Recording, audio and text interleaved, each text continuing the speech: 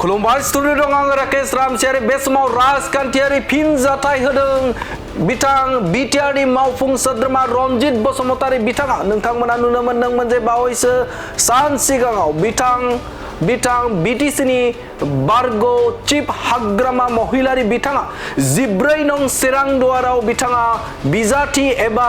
बिसायख'थि गेलेफैगोन होननानै बाथ्रा बुंदोंमोन आरो बे बाथ्राखौनो खौरांगिरिया सोंदोंमोन आरो सोंनायाव फिननाय होदों बिथां बिटिसिनि मावफुं सोद्रोमा बिथां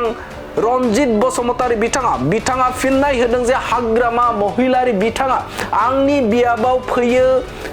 फैया बिथांनिसो बाथ्रा नाथाय बे समाव बिथांनि जे देबोरगाव बियाबाव आंनि अनसुलि बिसिखौनो बे समाव बिजाथि बिगोन एबा बिजाथि होनो थाखाय बे समाव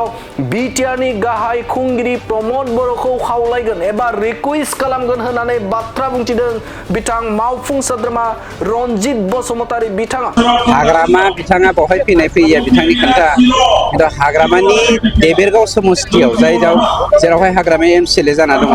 बेवहाय आंनि अनसुलि बिसिखौ इउपिपिएलनिफ्राय केन्डिडेट होनो आं चिफ सारखौ रिक्वेस्ट खालामनाय दं। बे समाव बिथाङा जे देबोरगाव बियाबाव जुजिग्रोथों आंनि बिसिजों जुजिनानै बिथाङा देरहासार जाथों बेनि उनावसो बिथाङा 14 नं चिरां दुवाराव फैयो ना फैया बिथांनि बाथ्रा जुदि आङो देबोरगाव बियाबाव थांनो गोनां जुदि जायोब्ला बे समाव जारलायाव गोग्लैगोन होननानै बाथ्रा बुंथिदों बिटिआरनि मावफुं सोद्रोमा रनजित बसुमतारी बिथाङा बे समाव हाग्रामा महिलारि बिथांखौ फिनजाथाय होदों हाग्रामा महिलारिया बुंथिदोंमोन जे 14 नं चिरां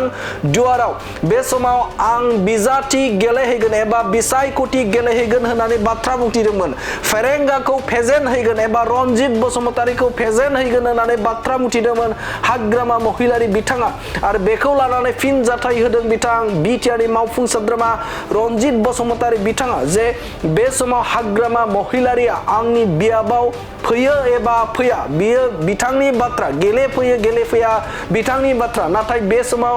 आंनि बिसिखौ बिटिआरनि गाहाय मावफुं सोद्रोमा बिथां प्रमद बर'नाव रिक्वेस्ट खालामगोन जे आंनि बिसिनो बिजाथिलाय होथों अब्ला बिथांखौ फेजेननो थाखाय आंनि बिसियानो जुजिगोन होननानै बाथ्रा बुंथिदों बिथां बिटिआरनि मावफुं सोद्रोमा रनजित बसुमतारी बिथाङा जुदि मोनसे न'खरनिफ्राय सासे फैदोंबाबो 9,000 मानसिया बेवहाय गेदारिं जादोंबा 9,327,000 जोंना इउपिपिएल मोननानै दंखायो गतिके बेवहाय साननांगौ जेबो गैया आरो नेक्स्ट एबिसि XYZ जायखियानो केन्डिडेट जाया मानो इउपिपिएल दोलोआ 14 नं चिरां दुवाराव देरहाखायो। नोंथांनि बे समस्थियाव हाग्रामा महिलारि बिथाङा नोंथांनि हेंथायै गेलेनो नागिरदों हाग्रामा बिथाङा बहाय फैया बिथांनि खोथा हाग्रामानि देबेरगाव समस्थियाव जेरावहाय हाग्रामाया एमसिएलए जाना दङ बेवहाय आंनि अनसुलि बिसिखौ इउपिपिएल दोलोनिफ्राय केन्डिडेट होनो आं चिफ सारखौ रिक्वेस्ट खालामनाय दं हाग्रामानि बेरेखायनो आं थांबाथ' जारलायानो जाबाय आंनिफ्राय एसेसो चेलेन्ज खालामदों बिथाङा फैनो सिगां आंनि बिसिखौ फेजेनग्रोदों बिनि उनाव आंखौ फेजेनफैदों।